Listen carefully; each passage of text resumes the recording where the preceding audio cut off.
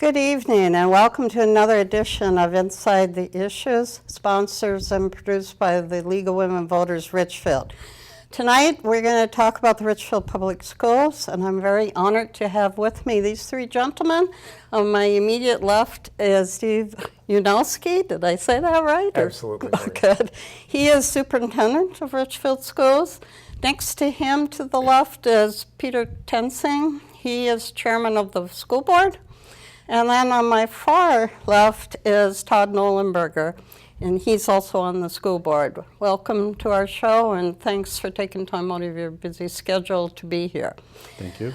As those of you that have watched the show before know that I like to introduce each of the guests and ask them to tell a little bit about themselves and then maybe how they got to be in their position as I described it tonight. So Steve, we'll start with you. So I've been in education for over 20 years. 20 years? You're too young for that. No. Yes, well, looks can be deceiving in terms of age, Okay. right? So I pursued very excitedly the Richfield Superintendent. It's a city and community that I definitely wanted to be a part of. Prior to that, I spent 10 years in the St. Paul Public Schools as assistant superintendent, and before that, I had been a principal. Principal, yeah. So principal, assistant superintendent, and two superintendent. That's kind of standard for superintendents. They start out as principals usually. Absolutely, you sort of move up the ladder as you find your exact landing place. And then I also live in Southwest Minneapolis with my wife, and I have a 10-year-old daughter who's in the 5th grade. In 5th grade. So you're finding out what school means as a parent. Oh, definitely. It's definitely a different role, however, as superintendent than as parent. Okay. Peter? So I've lived in the community now since '97 and was first elected to the board in 2007, had a short hiatus, and then elected again in 13, most recently here. I have 4 children, and I can claim with pride that I've had a child in each and every building in the district at one point or another. My interest in being on the board is really around accountability. That was, I think, what drove me to run again in 2013 was to enhance the accountability in the district and really see the district live up to the high aspirations that we've had for ourselves, and we've really been impressed with the job that Mr. Unowski has done in his first year with rising to that challenge from the board. Okay, Todd? I'm actually a Richfield graduate in 1988, and then in 2001, Richfield lost a referendum election. After that election, I got involved with the 2002 campaign to pass the referendum that year. After that, I was involved with the Fiscal Planning Committee, and in 2003 was asked by Superintendent Devlin at the time whether I would consider running for the board. And so I too have 4 children. Have always kind of looked at being a board member as one of the ways that I can contribute to their education. As I tell people many times, having 4 children in the schools and coming home and looking at my property tax statement and realizing I pay about $1,000 a year for the public schools, I realize that I should probably add a little bit more to that than what I was doing with just my taxes. So I've been on the board for, this will be the end of my 12th year, and I am not running for re-election, so this will be the end of my tenure. I've had 3 superintendents during my tenure, so it's been very interesting to see different perspectives, to see how people approach the challenges that Richfield faces with making sure that all students are given an opportunity to be successful in life. And I definitely think that where we are now is a good place. I think we're heading in the right direction, and I'm excited about the future. I do still have 2 kids in the schools, so I'm very pleased with the direction the schools are taking and where they'll be able to let my kids, as well as the rest of the kids that belong to Richfield, go. Thank you. So people ask, what does a superintendent do? It's probably a little bit of a lot. It is a little bit of a lot. What I like to do to start my day is I like to start my day in the schools. I believe it's most important. So I supervise directly 6 principals within our 6 buildings. And so First thing in the morning, greeting students, greeting teachers, and also meeting with principals to make sure that we are starting things off on the right foot. We have professional development that I'm a part of. I'm also helping to set the overall direction, and I think we'll talk a little bit about that later on with our new strategic plan and our new mission statement. And then I also work very diligently to partner with the community. So I'll be speaking at the Richfield Retired Educators later this week. I will also be at Penn Fest, and then we'll be prepping for our homecoming coming up in another week. That probably does the gamut from Penn Fest to homecoming. It's a lot in between. School board, what does the school board do and what they're in charge of? And is it macro management or micromanagement? Well, I think that a good school board is typically macro management. In my opinion, the role of the school board is, accountability. As the representatives of the community in terms of governance of the schools, it's our job to make sure that the leadership of the school district and the administration is taking the district in a direction that is aligned with our community's values. And I think certainly we have a fiduciary responsibility to ensure that the taxpayers' dollars are being spent wisely, and so to exercise good fiscal stewardship of taxpayer dollars is another one of our responsibilities. So really I would say those two main things. Number one would be that policy setting piece, which is aligning the district's vision with the community's values.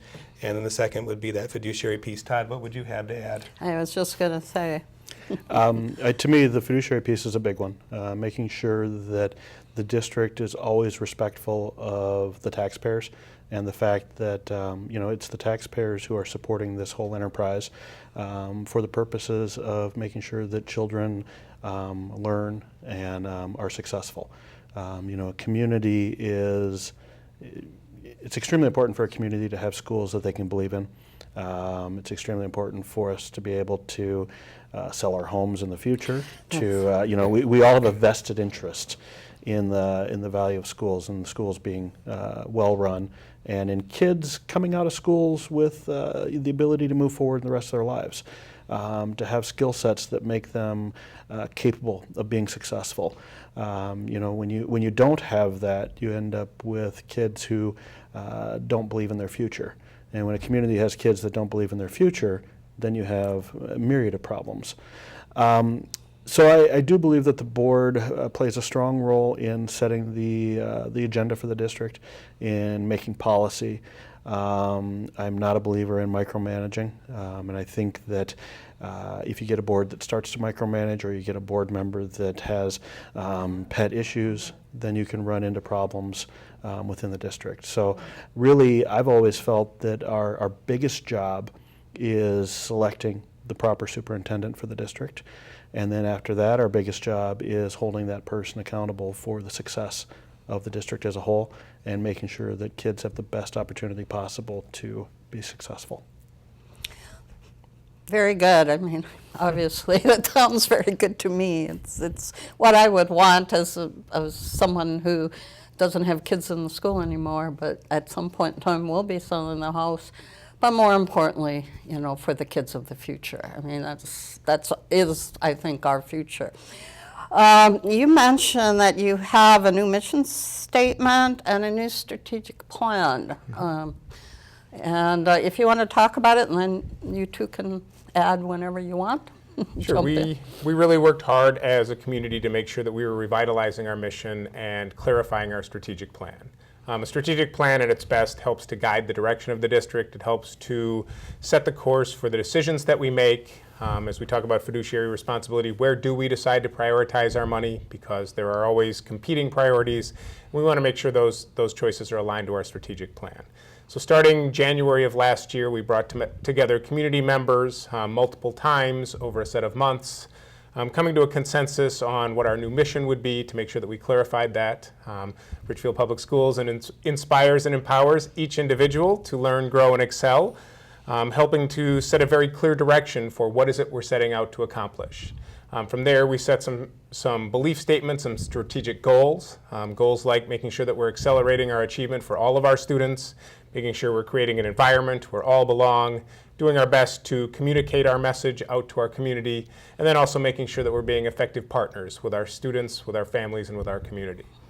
Then we set the strategies to try to accomplish that, and then we go about making those decisions. You know, it's one of the ways that our school board and superintendent partner well. At our last board meeting, they had asked a follow-up question about our college credit dual enrollment classes. And so yes.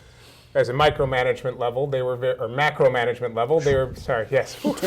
They were being very clear of the direction of challenging all our students to their utmost is one of our most important factors. And so they wanted me to follow up to talk about how did we do.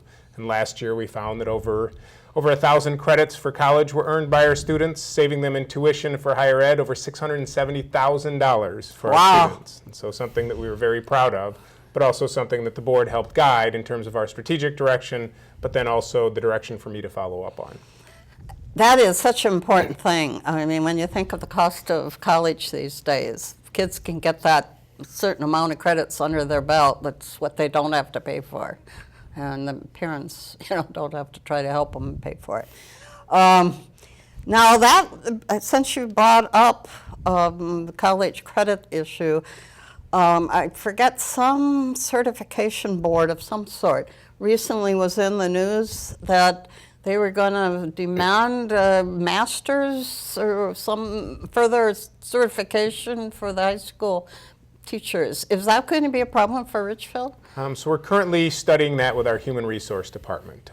They haven't worked out the exact language. As I read it in the Star Tribune, it was a master's in the content area, of which most of our high school teachers actually have earned their masters. Well over 50% of all the teachers in Richfield have earned their masters, and we have a highly educated, highly skilled workforce. So that's not maybe not as big of an issue for Richfield as it could be for some of the other schools. Correct, but we also, there's wording around having specific classes and up to 18 credits in the particular content area. And so right now our Human Resource Department is analyzing transcripts of our employees to make sure that we would be able to meet that expectation, which is set up to be played out by 2017. Oh, okay. And then they've also talked about a variance that most districts will end up taking another 2 years, and so it'll probably last until 2019 prior Before to the you implementation. actually. And obviously that's an issue for the board too. I mean, if these teachers have to have more education, obviously at some point that translates to higher pay also for them. Well, it becomes not only an issue for the board, but for the public as well, the taxpayers. It's one of those things that we demand. We have high expectations of our employees. We have high expectations of our students. But in order, the trade-off for that is that if you're going to have high expectations for employees, you have to compensate them well and make sure that they're treated fairly, so at the end of the day that they can go home and support their family and be good stewards in their communities wherever they may live. We have teachers who live in Richfield and teachers who live in other communities, and we have a responsibility to the students, the teachers, and the taxpayers. And that's what the board is always balancing, is the responsibility to all three of those stakeholders. In days of tight budgets, which we always have in our schools, some schools have gone to either charging higher fees for extracurricular activities, sports, music, drama, or doing away with some of them altogether.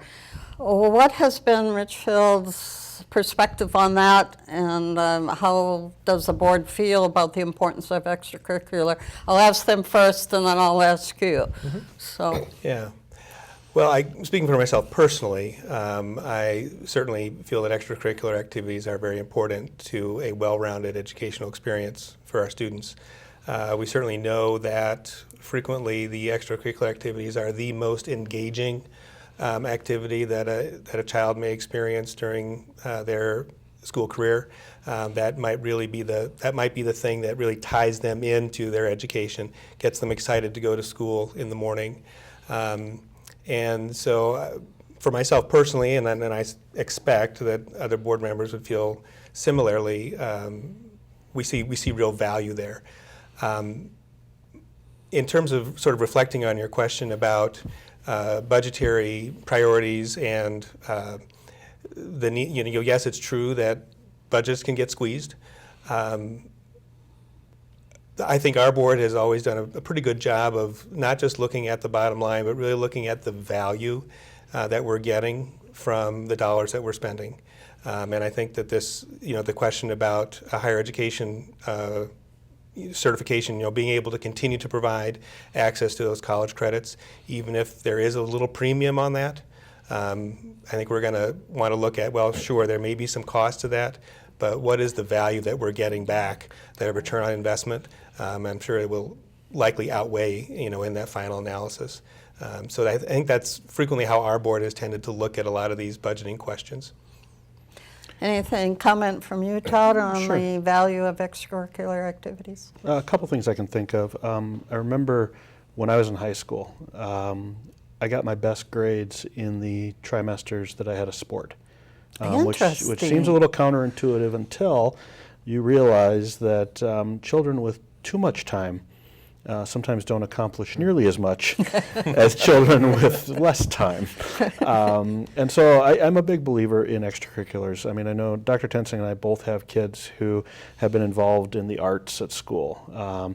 My children have been involved with athletics. One of the joys for kids of going to Richfield is that this is not Eden Prairie. If you want to go out for a sport, there's a pretty decent chance that you'll be able to participate.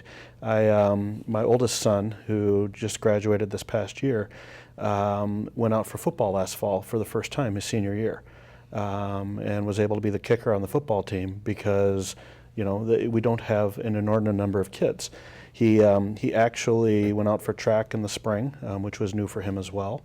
So he, in the course of his high school career, participated in 6 different sports. And had a lot of fun and a lot of enjoyment and made a lot of good friends in doing so. When you look at the way that Richfield, the focus that we put on extracurriculars, I can speak from the athletic department perspective in that if you play a third sport in any given year, the third sport is free. And so if you play in the fall and you play in the winter, your spring sport doesn't cost you anything. The other thing that our athletic department has been very good about is finding ways for kids to pay their fees over time, to reduce the fees for kids who are on free or reduced lunch, being very respectful of the fact that money is tighter in some households than others, and if money is tight, they've worked very hard to make sure that that's not a reason that a kid doesn't participate in a sport in Richfield. Again, getting back to that, a busy kid tends to be a productive kid because they have to be. And you'd be surprised at how effective that can be in helping them bring forward all their best. Yeah, and I'm just going to interject here. I think it's so important for the public. I mean, if you like sports, go to the kids' baseball games and the football games. They're a lot of fun. Absolutely. And I know myself, I try to make every single play that it's done at, and one of my children was in band, so I go to all the band concerts. And some of those are becoming incredibly creative over what I had. I mean, now they have light and choreography and the whole 9 yards when you go to a band concert. So. And if you have a little extra money, you can donate too. I think all of these things have booster clubs and things to donate to. So it's all a way we can support our kids. And the kids very much appreciate the spectators and the supporters. There's no question and about having an audience, when they do their spring musical is wonderful for them. Absolutely. And I totally agree too. I think it's something for young people when they're looking at where they want to live and send their kids to school, that whole concept of having a smaller high school. So it's just not the elite of the elites that gets to play basketball and football, but really almost any child that really will put forth an effort probably gets to play it. So Absolutely. All the research shows that students who are participating in extracurricular activities do better in school. My own daughter, she's a figure skater, she plays the flute, and she also engages in drama, and so we're a very active family and opportunities for our kid, or our daughter, but I also believe that it's very important to provide those opportunities for all the kids. Yeah. I'm proud of our board stance and the work we do to provide sliding scales for families in need, so that money will never be an issue as far as students being able to participate in sports. That's wonderful. We also had one of our board members sponsor a policy, which our board unanimously agreed to provide free access to some of our games for our students. Oh, sure, because there is a little bit of a charge when you go to a football game or something is. like that. And this is either our third or fourth year of doing that. And the high school kids, all they have to do is show their Richfield ID and they get into any of the events now as spectators. Oh, that's wonderful. That's really good. Exciting year at the high school. We have a new principal. You want to talk Absolutely. about that a little bit? I'd love to talk about our new principal. I'm very excited to have attracted LaTanya Daniels, our new high school principal to Richfield Public Schools. She comes to us from Minneapolis with about 10 years of administrative experience, including the last 5 at Henry High School in Minneapolis. What makes her such an exciting candidate in addition to our team is that, when she took over Henry High School, it was identified by the state as one of the lowest performing schools in the state of Minnesota. That's right. They have over 90% of their students living in poverty. Over 90% of their students are students of color. And she transformed that school during 5 years of her leadership to being just most recently outlined by U.S. News and World Reports as the #3 ranked school in the state of Minnesota. That's phenomenal. I mean, I have to say, that's an incredible 5-year change. Oh, absolutely. And leadership, when partnering with high-skilled teachers, can do amazing things in schools. And so I'm really excited about the next steps for our high school. One of the things that attracted me to Richfield was the board's clear vision that our high school will be a banner high school, and we need to take the steps necessary to make it the highest achieving high school possible for our students and for our city. And so I'm excited to see the direction Ms. Daniels is going to take us, and I know we're going upwards. Yes, and I'm sure the board would second all of that. Absolutely, and I think it's telling, if not, I mean, there may be some self-congratulation in this, but LaTanya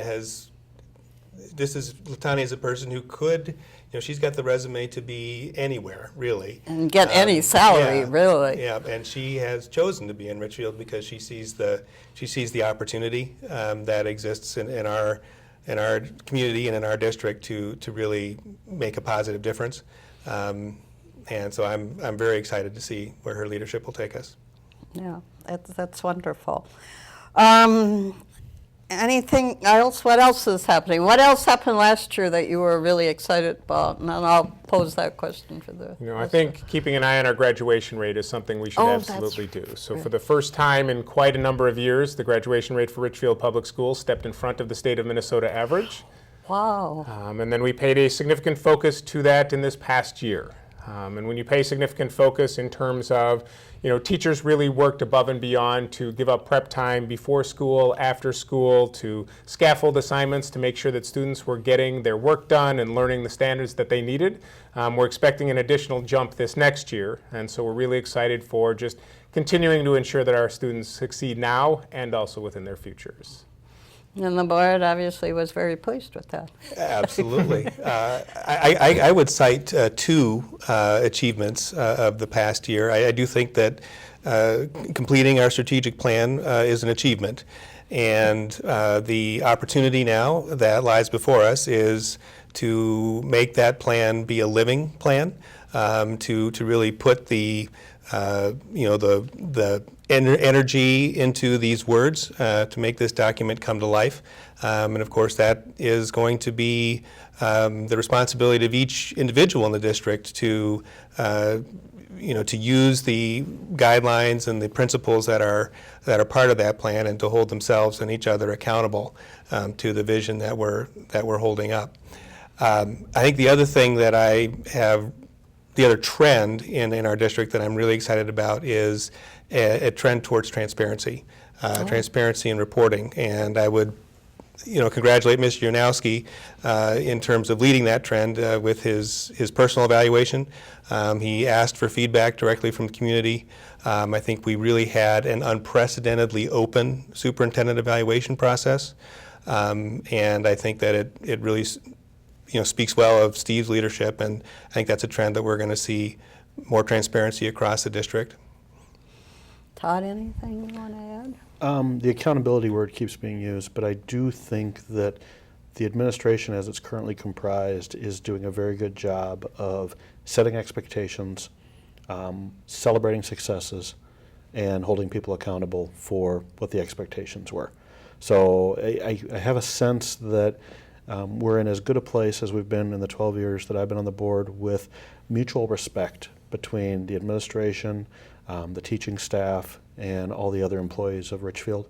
I feel like we're all kind of rowing in the same direction. We're all on the same team and moving together. So I'm excited about that. I think, there's, especially when you live in an environment where every 2 years you have to negotiate a contract, it's one of those things that the danger is that you slip into a administration versus labor mentality.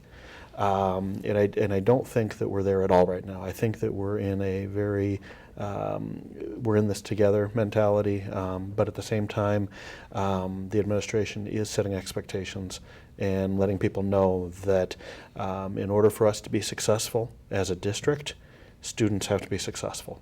And it starts at the top all the way down. Everybody is held accountable for that which is our product, which is student success. And I think that that's wonderful. I'm very pleased with where that's at. The other thing, and it's, I believe Richfield has lost 2 referendum campaigns in the last 15 years. One of them was in 2001. It was a rather unusual circumstance in so many ways. We had the attack in New York and Washington, D.C., and Pennsylvania with a plane. And shortly after the September 11th of 2001, we had a governor who was a former professional wrestler who told everybody in the state that the schools didn't need any more money. Those 2 things, I think, contributed greatly to us losing that election. And then again, a few years back, we lost another referendum election. But I've been amazed at how supportive Richfield continues to be in public education. And to me, I'm going to go back a little further than the last year. I'm going to go back to November of 2013. And the victory for the school district in that referendum of not only renewing the referendum, but also passing an increase by remarkably large margins, to me spoke volumes about what we as a community feel is important. You mentioned that your kids are no longer in school, but you do still have a stake. You have a stake not only as a homeowner, but you have a stake as a citizen in the future of our community, in the future of the kids that are part of Richfield. And I see that in Richfield a lot. We've had people come in over the years and do surveys for us, for the board, to help us understand the temperament of the community, the sentiment of the community as to where people are at with respect to taxation, where they're at with respect to how they feel about the district is being run. And what we've been told over and over again is that for a community that is as, shall we say, older, as Richfield is, that we have a remarkably strong support base in our citizens who are retirees. And that's not true everywhere. And so I continue to be both amazed by that as well as pleased to live in a community where our retirees know that the value of education is paramount and that is the thing, the great equalizer in this world and in this country especially, that allows kids from all kinds of backgrounds to be successful, to learn what they need to learn to be able to move on in life and to be able to have a good life and a productive life. Yeah, I was, as somebody who's lived in Richfield for a long time, I'm amazed also that, it is the older people my generation, are really supportive, and it goes beyond just wondering about their tax dollars and deciding to spend a little extra.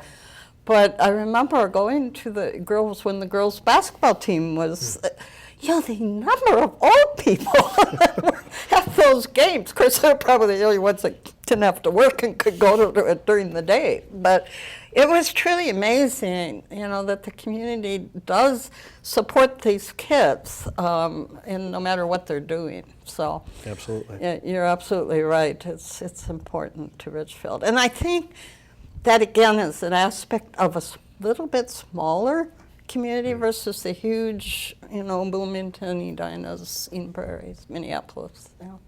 I tell my kids all the time that Richfield is a very small town and that a lot of people know who your dad is, so don't forget that, because you're bound to run into them as you're out and about.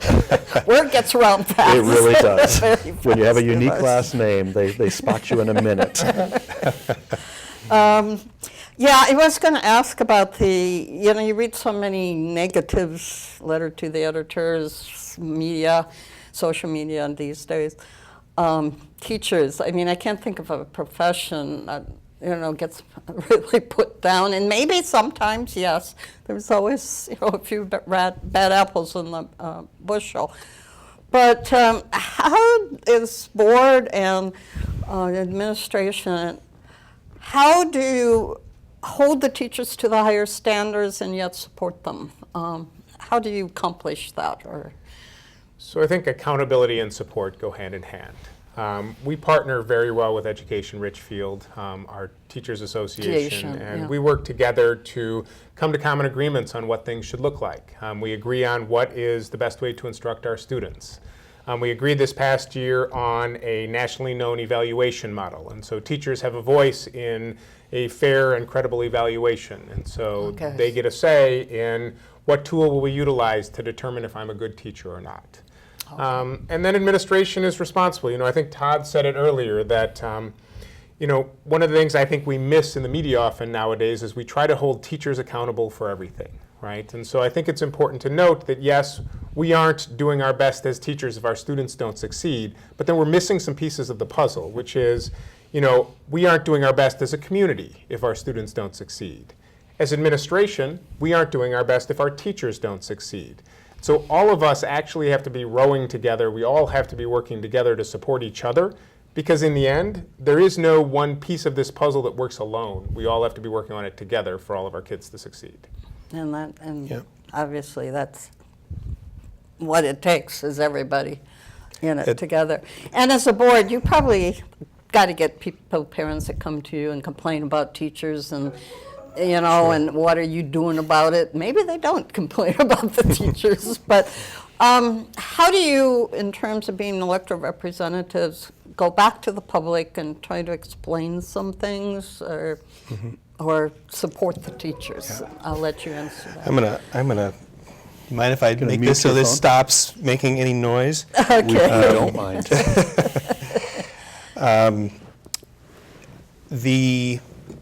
What I'm going to refer to is, while Steve was speaking, the tool that we've developed in Richfield, which is not unique to Richfield by any means, but we've implemented a tool which is a evidence-based, proven tool called a professional learning community, which is really, in Richfield, it tends to be a group of teachers oriented around a particular grade in a particular school who will meet together to have structured time where they're evaluating the work that they're doing in a structured way, evaluating the outcomes that their students are achieving, and then working together as a team to develop strategies for improving those outcomes. Okay. So this is one way. This is one tool that we're using within our district to allow the teachers to hold each other accountable, and to really be evidence-based in terms of how they're approaching their work. As a board member, I think we're very fortunate to have a very responsive administrative team, and so if we have members of the community who have concerns. I have yet to run across an example of a situation where it wasn't a matter of me simply picking up the phone and making some connections to get those concerns listened to and addressed. And so I think when it comes to a matter of sort of specific issues that constituents bring up, frequently as a board member, it's just simply a matter of making the connection, for the parent or for the citizen. Now, sometimes we may hear issues that actually, somebody may make an observation that tells us something systemic about what's happening within our district. And again, we've been very fortunate to have an administration that is ready to examine those systemic issues where they exist and to put those on the table for problem solving. Okay. Todd, anything? Well, a couple things. I'm not going to pretend for a minute that all of the teachers in Richfield are, that we don't have any problems. We do. We have teachers who could perform better, and we're working on ways of making sure that happens, both with the professional learning communities and other professional development opportunities for teachers to improve their processes. So, but that's going to be true in any school district, anywhere you look. I mean, to me, that's not necessarily something that singles us out by any means. But what I will say is that I personally have had two kids who've graduated from Richfield High School and have gone on to college and are being very successful. They walked onto campus, one at the University of Minnesota and one at the University of Wisconsin, completely prepared for that university experience after a Richfield High School education. What concerns me to some degree is that there's a tendency for either anecdotes and or doomsday type observations to have people believe that that's the norm, and it's really not. And I would challenge anybody who's concerned about sending their kids to Richfield High School to go to Richfield High School, to get a permit to go visit for the day or for an hour or for two. You're going to be amazed at the way that kids are moving throughout that building, the lack of chaos, the learning that's going on, not only at the high school, but at the middle school, at the elementary schools. I mean, that's the thing that I've heard over and over from people who actually spend time in our buildings, is that it's remarkable to them how well things are going, how smoothly things are operating, how the kids are all doing what they're supposed to be doing. And so it worries me that people have a perception that doesn't match the reality. And if you have that perception, take an opportunity to go and to volunteer in the schools. They're always looking for people to come in and read, to come in and help kids with math, to help, as you are well aware, Maureen, to help with other things. I mean, the teachers will take advantage of those opportunities, and I think that you'll walk away with a very different perspective about the good work that's going on in these buildings. And I have to say, as somebody who has spent some time in a classroom, what totally amazed me is the respect that the kids have for each other. I mean, we hear a lot in the news about bullying and all that associated stuff. I can affirm that the kids in Richfield do respect each other and treat each other respectfully. So, well, I want to get to an important issue for the school district and its future, and that's the referendum. Do you want to start off with telling us what it is? So our largest operating referendum is up for renewal, $933 per student. Those funds are very vital to our functioning. We use our operational funds from our referendum in several ways. We've talked a little bit about our teachers, and what we use them for, our funds, is to support hiring additional licensed classroom teachers. One of the things that we are focused on is trying to maintain class sizes within a range that best supports education, and so we hire additional classroom teachers with our referendum funds. We also use those funds to hire additional math and reading teachers, both to extend learning for students who need additional challenges, and also to bring some of those students who need additional time up to grade level. We use those funds to hire gifted and talented teachers, to help train other teachers in differentiating and finding additional skills to teach kids above the curriculum. And then also at our secondary level, we offer additional electives, additional opportunity classes that we just couldn't offer without those funds.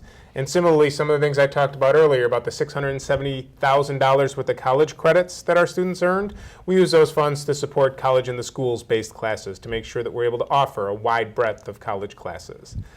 So right now, we are actually asking two questions. One is to renew. And the second is for a small inflationary increase, and we put a cap on that at 2%. And the goal of our inflationary increase is to just very simply keep pace with the cost of living.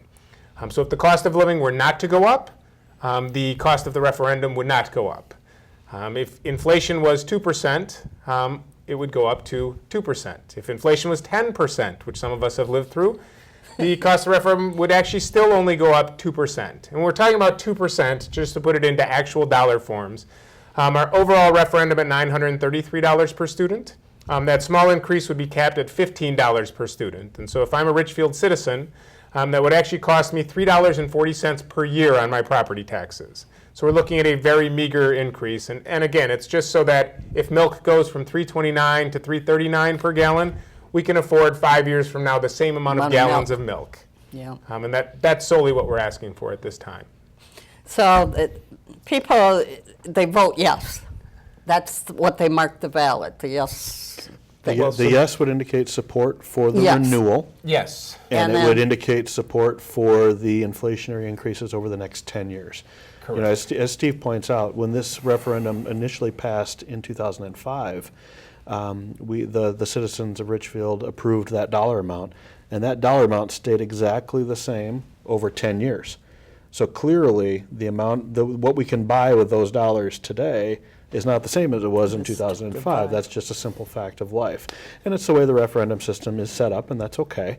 But as we looked at this year, we went in and said, well, if we ask for renewal, then that means that we would stay at that exact dollar amount for the next 10 years. Now we're talking about a 20-year years. window with exactly the same amount every single year. And the reality is that just doesn't keep up with the costs that are associated with everything, whether it be utilities or milk or salaries. It's just, there's no way that would keep pace. So that's when we started to talk about the possibility of asking for an additional inflationary increase to help us just keep pace with the costs. We went back a little bit, if I might. The almost $1,000 per student that the referendum represents is just short of $4 million a year. And in Richfield's school budget, that's almost 8% of our total budget. This is really largely a result in the shift from state funding to local funding. But it's also a result of the fact that the Richfield citizens in 2005 said, we know that this is important. They came out and voted strongly for this. And so that's really what we're looking at is saying, you know what, this is the money that we need to be able to continue to do what we're doing and continue to deliver what we're delivering for the kids in Richfield. And I know the answer, but let's have somebody say it out loud. How does that sit with our neighboring school districts, that amount of money? I mean, how much we spend per student? So I did some analysis of that, Yes. obviously, and we're currently taping this show in East Bloomington, right, or in Bloomington, I apologize. We looked at a $200,000 home, and so we could compare the property taxes for the schools of a home in Bloomington and a home in Richfield. And if the cost of that home were $200,000, a Richfield city property tax for schools would be $300. A home in Bloomington would pay $440. And so a Bloomington citizen right now with a same priced home is $140 more per year in property taxes, which interestingly enough per student translates to $500 per student more. And so within our Bloomington homes, $500 over our 4,400 students is well over $2 million that we would have if our current school taxes or our current school referendum matched what was charged in Bloomington.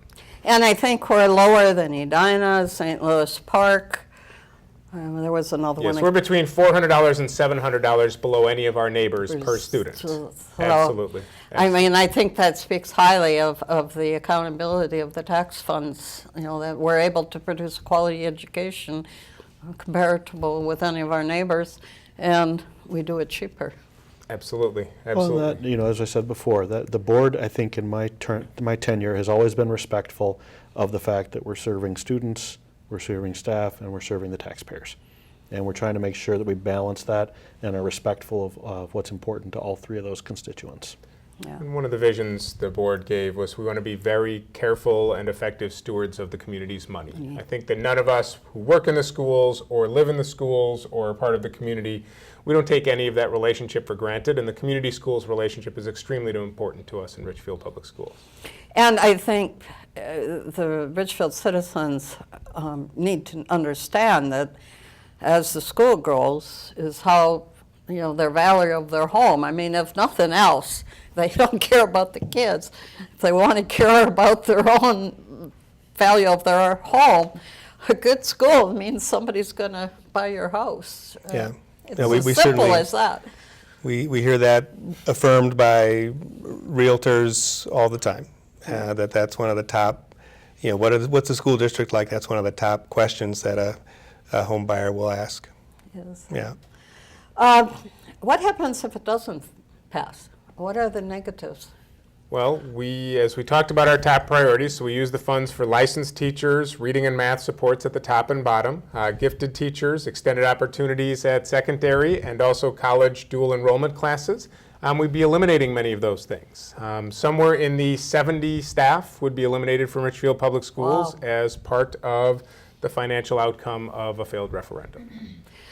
I know one of our representatives at the state legislature really questions why we have to continually go back and renew these referendums, and I think she even introduced a bill, and I don't know what happened to it, that says once a taxpayer has, a group has, or the citizens have voted a levy, that it really, I mean, the county doesn't have to do this, the state doesn't do it, only the school districts. Does the board doing anything to try to legislate, or So the lobby, I should say? Yes. The Minnesota School Board Association, as well as the Association of Metropolitan School Districts, have probably perennially had a plank in their lobbying platform that asks for board authority to renew existing levies.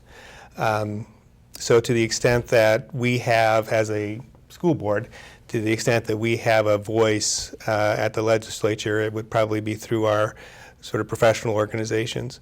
And certainly we do meet with our legislators at least on an annual, if not more frequent basis, and have had that conversation with our legislators on a number of occasions. And if I might, our legislators are well aware that we feel that the Richfield School Board is responsible enough to be able to make those kinds of decisions. However, right now, that's not the way it works. And I do think that, it's interesting that we're the one elected body that really needs the citizens to be supportive of us in order for us to be successful. And so I do think that there's a special relationship between taxpayers and schools that might not exist between taxpayers and county boards and taxpayers and city councils even. And so the way that it's structured right now, it certainly provides for an opportunity for citizens to be both supportive or unsupportive if they believe that something is terribly wrong with the way things are happening in a school district. And I guess all I would say to taxpayers is if you have a concern about the way things are happening in Richfield, call your school board members, call your superintendent, air your concerns, and take the opportunity to determine whether or not your concerns are valid. And to be educated on what's actually happening in those schools, because I think you'd be pleasantly surprised at what your tax dollars are doing. And in addition to the referendum, we should also say that we have school board elections, and we have 9 candidates for 3 positions. So out of the 9 candidates on the ballots, the voter gets to choose 3. And that's kind of exciting to have 9. It is. Although that's not the record. I think one year it was we've 14. had 15. We had 15, yes we did, 4 years ago. So that says a lot for our community also. It does. I think we have some people who are excited at the possibility. We do have one board member who is an incumbent and is running again, John Ashmead. But then you have 8 other candidates who have thrown their hat in the ring. And I assume you're going to mention that there was a candidate for him, and he said it's going to be the 19th of September, which is, I believe, just has already passed by the time this airs. But I do think it's important for people in Richfield to get to know these candidates, to find out what they're about, to find out what their priorities are. And then to find 3 good candidates to be able to cast a ballot for, because this is extremely important. And the direction of your schools is affected by the 6 people that you have on that school board. And so it's important for you to figure out who you think can be good leaders moving forward. Yes, and to the audience, there is a forum Saturday morning sponsored by the League of Women Voters Richfield, and that will be broadcast on cable until the election. So people will have the opportunity, and I'm sure the Sun newspapers will have something also on each of the candidates. But yeah, the voters need to educate themselves about each one. Each one's unique, and and make up their minds who they're going to vote for. Absolutely. And how do people get involved in supporting the referendum? I know you can speak to it. He's got to be quiet. Why don't I speak to that? Yes. We have an interesting role. The school district itself does not advocate for passage of the referendum.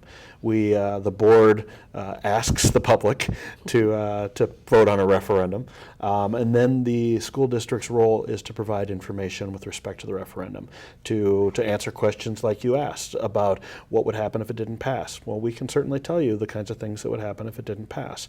But we do have a group in Richfield called the Richfield Citizens for Equality Community that is a proponent of passing the referendum. And so certainly you can talk to people there. Tina Lavin is one of the chairs this year.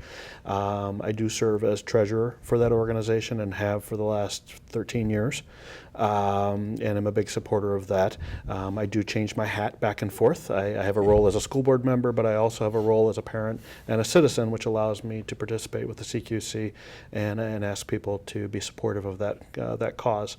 If you go to richfieldcqc.org, you should be directed to a web page that would allow you to get more information on that group. And then I believe it was mentioned earlier that PennFest is coming up. And so if people have an opportunity to go to PennFest, there's going to be chances for people to see things at the football game, would be my expectation. You're going to see the presence of the CQC prior to the November election. And if you want to get involved, the website and or contacting me would certainly be a fine way to get involved with that. I'm in the phone book. Well, it is an important issue. Anything else about the referendum that anyone wants to bring up before we just one small point of clarification, just to make sure that this is clear, is that in our earlier discussion about sort of the renewal of the existing levy as well as the inflationary increase, those are two separate ballot questions. So the renewal is one ballot question, the increase is a second ballot question. So just to make sure that voters realize that there are those two separate questions to be voted on. And they need to look for both and yes. Decide, hopefully yes, but decide whether they vote yes or no on each one individually. So. Right. And they're on a ballot. There's only two things on the ballot. There's the school board election and there is the referendum. And so it's a very simple, clear ballot with 9 choices for school board and with 2 choices for the referendum. And while I don't advocate for either of those, I do advocate for people voting. So yes. Please get out and do your civic responsibility. Please go out and vote. It's important to be a participant in our elections to have your voice heard. Yeah, and it's always the year in between the other elections. The so-called off years is when we hold our school elections. School board elections, yep, exactly. Which puts your school board candidates right in the spotlight, I guess is one way to look at it, right? Yeah, it's the only game in town right now in terms of elections. So we can go back to some of the other things. One thing I noticed, each school board member is kind of representative to one school. I don't know if it's called Adopt a School or something like that. So yeah. We do have what we do call the Adopt a School Liaison Program. It's been a part of service on the board ever since I've been part of the board. And basically this is a way for board members to formalize some of their engagement with the schools. As board members, of course, we represent the entire district. We do not play favorites among particular buildings. But I think that basically this is just a way that we can share the responsibility of making sure that at least one of us is in every building several times during the year on a regular basis. And so we partner with typically the principals of those buildings to find opportunities to be present for events, to be present for PTSO meetings, to be able to hear from parents and teachers what the issues may be that they're experiencing. And one thing I forgot to ask and wanted to, so kind of a little bit quickly. We just passed a technology referendum, what was that, 2 years ago? 2 years ago, yes. What's happening? Are we getting up to date? We are, absolutely. So we spent a lot of time this summer. We had done a lot of planning around our technology infrastructure, and what we found is that, and it's not overly exciting, but the wires in the background and the network and the routers and all those little switches that make your computer actually work, actually were outdated. And right, we were set up for a network of about 30 years ago, and so we spent this in bad. Yes, maybe 20. So we spent this summer doing a large infrastructure project, and now instead of getting buffering and not being able to see the movie, you actually can participate in education and not wait for things to download. And so we really worked to set up the network to succeed prior to putting technology in the hands of our students. And now we are very judiciously putting technology in the hands of our students and evaluating which areas are most successful. If you think about our strategic plan, we don't have a goal of just making sure that kids have technology in their hands. It's really about making sure that we're supporting achievement for our students. And so several grades are starting with technology. We're evaluating our student achievement in those grades, making sure that our efforts are actually using technology the way it was meant to, not as an end unto itself, but as a way to learn. And so as we do that, we'll certainly expand the use of technology for our students and continue to use our referendum levy funds from technology to continue to make sure we're in the 21st century and beyond. Okay, we have only 2 minutes left, so maybe just something closing. Todd, anything you want to throw out there? Only that it's been a pleasure to be a board member for the last 12 years. I think I mentioned earlier I'm not running this year, but I've been honored to represent Richfield citizens for that time period, and I will go back to how impressed I am to live in a community that is as supportive of education as Richfield is. It's the reason that I live here, it's the reason that I continue to be here, and the reason that I've put my 4 children into the public schools and have been very comfortable with that fact and have seen them thrive being part of the Richfield Public Schools. So I appreciate that. Peter, in about Right, 30 seconds. Well, I can, having a few years yet ahead of me, I just want to express, a great sense of optimism about the future.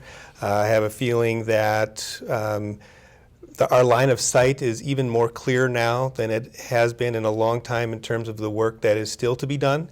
And I sense a lot of energy among the staff at the district to do that work to, really raise the achievement of our students to the level that we know we can achieve. Steve, in about 10 seconds. For me, I'm just honored to be the superintendent of Richfield, and I take very seriously the opportunity to inspire and empower our team to ensure that everyone in Richfield excels. And to my audience, thanks for watching Inside the Issues. And again, I thank my guests, Superintendent Steve Unowski, I kind of stumble over that, and then board members Peter Toensing and Todd Nollenberger. Thanks for being on the program tonight. Thank you. Thank you, Maureen. Good night.